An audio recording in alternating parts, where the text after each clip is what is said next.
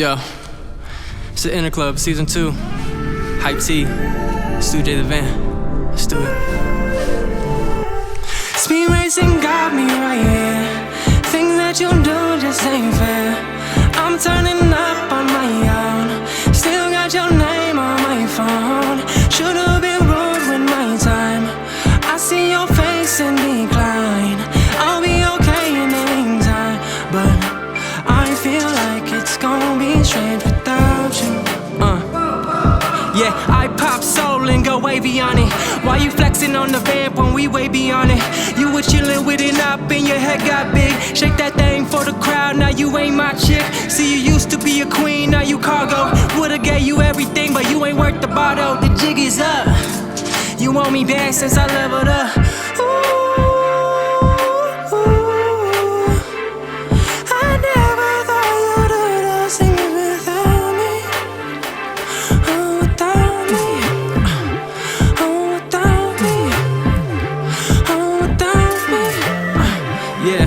Let's do it. Speed racing got me right here. Things that you do just ain't fair. I'm turning up on my own. Still got your name on my phone. Should've been rude with my time. I see your face in decline. I'll be okay in the meantime, but I feel like it's gonna be strange without you. I feel like it's gonna be strange without you. Yeah. Shoot. Yeah. Let's go. Yeah.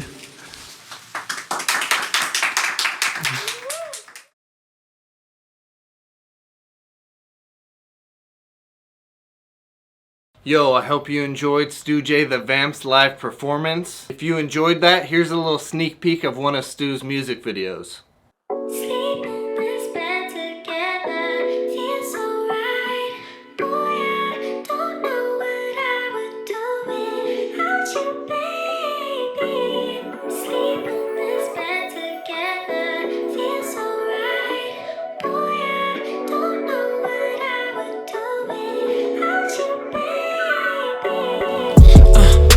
Tell me when you alone, cause I want you at the end of my night. I heard you out with your friends, but I really want you to myself. I really want you to myself.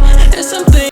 Alright, if you like that sneak peek, go check out the link in the description and go watch more of Stu's videos. Also make sure you follow him on Instagram, YouTube, all the good stuff. Stream his music on Spotify. And now we're gonna go to the interview portion. Eric, take it away. Yo, I'm Stu J The Vamp, and you're watching The Inner Club. What's up, guys, and welcome back to The Inner Club. My name is Eric. I'm here joined by Stu J The Vamp. And welcome to episode of The Inner Club, man. Thank you for coming. Hey, brother, thank you for having me. Yeah, of course. First and foremost, we want to thank HypeTea, and we want to give a shout out to EG for everything, and thank you, HypeTea, for letting us use the spot again. And today we're joined by Stu J The Vampire. Yeah. So first and foremost, I want to ask you the question probably everyone has. How did you get your name? Okay, so even though I might look young, Yeah. I'm actually like almost 30, so it's all vampire blood, but I've been doing music for like 13 years, and my original artist name was Stu J. Okay. So then years later when I stopped and then I wanted to come back to music like seriously, I was like, I need a new element, you know, I can't just go back as like regular Stu J. So I was like, what's my favorite movie? It was Blade 1. Okay. So like I wanted some vampire thing. So originally it was gonna be Stu J The Fang, because I'm like, I also wanted to play off of like Tyler the Creator's name. Yeah. So it was like, nah, I didn't like Stu J The Fang. I was like Stu J The Vamp because it's like amp but vampire. Okay. So it's like Tyler the Creator, Blade, and just like also like having like an image of a vampire, because I just wanted to change my whole persona. Okay. You know, be something strong, something mystical, something sexy, but you know, still gets in there. You know what I'm saying? So yeah, that's where it comes from. And then talking about Tyler, would you say Tyler is one of your biggest inspirations? I love how creative he is with stuff, and like he's just super abstract and just goes into a different way. So yeah, I would say definitely. Is he like a super top 5? No, but like just like his vision for things, I really love that. Yeah. All right. And talking based on that topic, how did you get into music? Like, what made you want to start doing music? It's probably my dad, because he was a lead guitar player for a rock band when he was like around my age. So growing up, he would just like start drinking, start wailing on the guitar, and I loved it. Oh, that's and dope. then, but yeah, so I was only strictly did guitar, and then rapping. I didn't sing till way later, until like I brought my guitar to school every day, and everybody's all like, yeah, and I just do like Metallica riffs and all that, and then like one day like girls were like, oh, can you sing this song? And I'm like, I don't know how to sing. Yeah. I don't know what that is. So ever since then, I fell in love with singing, and then just started making like tapes in high school. Yeah. All right, that's dope. So it all started in high school? Yeah, pretty much. Yeah, probably when I was like 13, 14. Okay. And you're from Reno? Yep. Born and raised, yeah. Perfect, man. OG. So as you're coming up on this Reno scene, growing up with music around you, how would you say the music scene was like 10 years ago? Oh, terrible. Talk to us about it. Tell us. No, it because it's like back then, probably around the age where like YouTube just became a thing that nobody really was on. It was mainly like just a lot of tribalism, a lot of like, oh, we don't mess with people. Like collabs like this now, like were not a thing back then. It'd just be a lot of talking shit, or like, hey, we gotta leave to go to LA to be something. You can't make it on the internet. You need somebody to spot you. Now it's like, because the internet's such a huge thing, and everybody's like way more to be just like, because everybody knows collaborations is what makes you big, and having a good word around people. So it's just like the atmosphere is way better. People are way more accepting of things. It's just like this is a beautiful place for growth now, where like 10 years ago it really wasn't. Okay. All right, well, that's dope. And then talking about Reno, I want to ask you a question. Who are your top 5 local Reno artists? I don't say top 5. Or just give me a list of your favorite local artists from Reno. Garrett Raff, Sky from old RDS, old Caloric Gloom. I love Trevstone.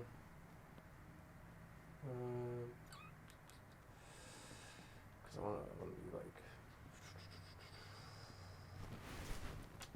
and because I was like 3, right? Okay. Bozzy's getting there now. Where he wasn't before. He's getting there now.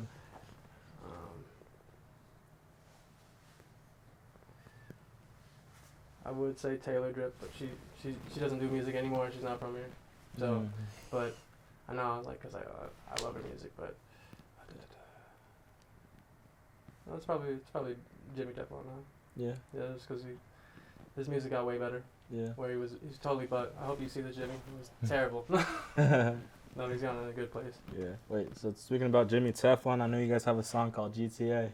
Yeah. You have a verse in GTA that you say, "You won't see me waking up until 7 o'clock." Is that true? That's really accurate. John could tell you. It's like, yeah, I am a night owl, and I don't wake up till like around like 7. Yeah. Yeah, like 4 to 7.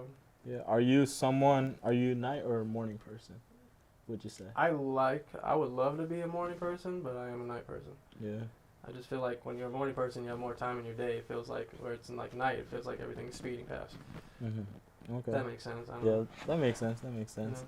And I know you and Jon have a production called Vamp Production. Well, that was originally like my old thing, because like nobody was shooting videos really, and like I didn't have money for people to shoot videos, so I just started shooting videos for myself. Jon got his camera, he started helping me out. People thought, hey, you guys are pretty good, and I'm like, we had to go buy something, so it was like Vamp Productions, because it was my thing. But now that we are kind of getting more equipment and stuff and being more established, it's the name is switching over to Tragedy Struck. That's gonna be like the super official thing when we announce that. I mean, it's basically announced here, but when everybody's gonna know about that, Tragedy Struck is gonna be the new brand. Yeah. Tragedy Struck. I like that. Yeah. I like that a lot. So if you guys are from Reno and you guys are looking for a music video, someone to make a music video for you, hit up Stu J or Jon. You can find him at JKTheVisual on Instagram. tragedy struck. I'm excited for you. Yeah, I'm that's excited. some cool things. And talking about up and coming things, you got any projects coming? Any new songs coming out? Talk to us. I got a ton of stuff that I don't want to say. So, but I'm working with a lot of people. A lot of stuff with Sinclair. A lot of stuff with Tommy V. Tommy V just came out here. Stuff with Bozzy. Stuff with ZP. I know we just dropped 40 Hours just like a couple weeks ago. Stuff with Darth Tone. Just a ton of stuff. Like, too many to really name off, and I'm terrible with names, so I'm sorry if I'm forgetting anybody. They will come up, alright? I'm not being an ass. No, yeah. A little bit, whatever. I see you're working a lot with music. Yeah. What would be your dream collaboration? Who would you really want to work with one day? T-Pain. T-Pain? Yeah, that's what made me like singing a lot. Yeah. I love T-Pain. That's surprising. That's really surprising. T-Pain's my favorite. I never thought it would be T-Pain. No, because everybody's like, it's Stu right? No, it's because like his hook melodies and choirs are so detailed. If you ever see that man in the studio, he's adding like 40 layers on just a single line. Nobody ever did that back then. It was insane stuff. Yeah, it was like just super like he had like old gospel choirs behind his hooks, like you know, around the whole like buy you a drink era and stuff. He doesn't do that so much anymore, but like just his mind in the studio is very like I love melodies. Melodies are like my favorite thing about music. So he's such a melody oriented person, and it just like he shows a level of mastery when he's like recording. Yeah. Okay. T-Pain, if you're watching this, get my boy on a song. No, yeah. What would you say is like one of the biggest obstacles you face in this music scene?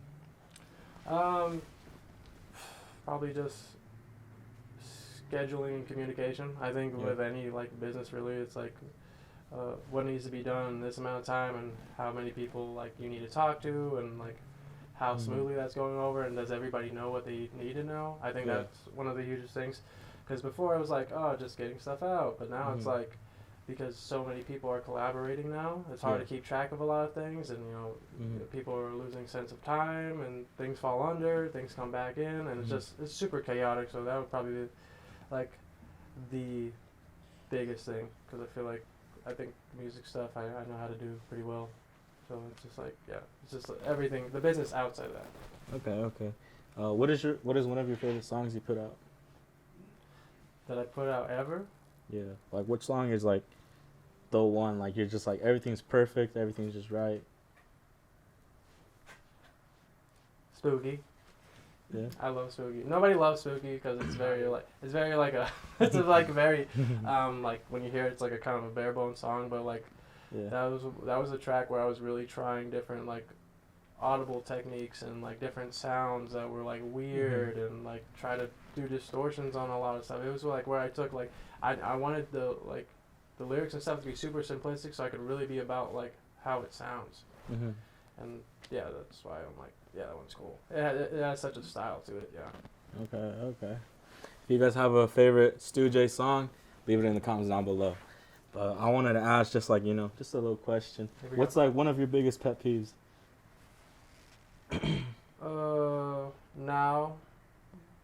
Nowadays my biggest pet peeve is when somebody hits me on the day to do something.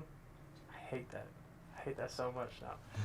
Because now it's like, I'm getting older and stuff and I'm dealing with so many people. It's like, even close friends, it's like, hit me a week in advance. You hit me a week in advance, we cool on that. You hit me the day of, I hate you.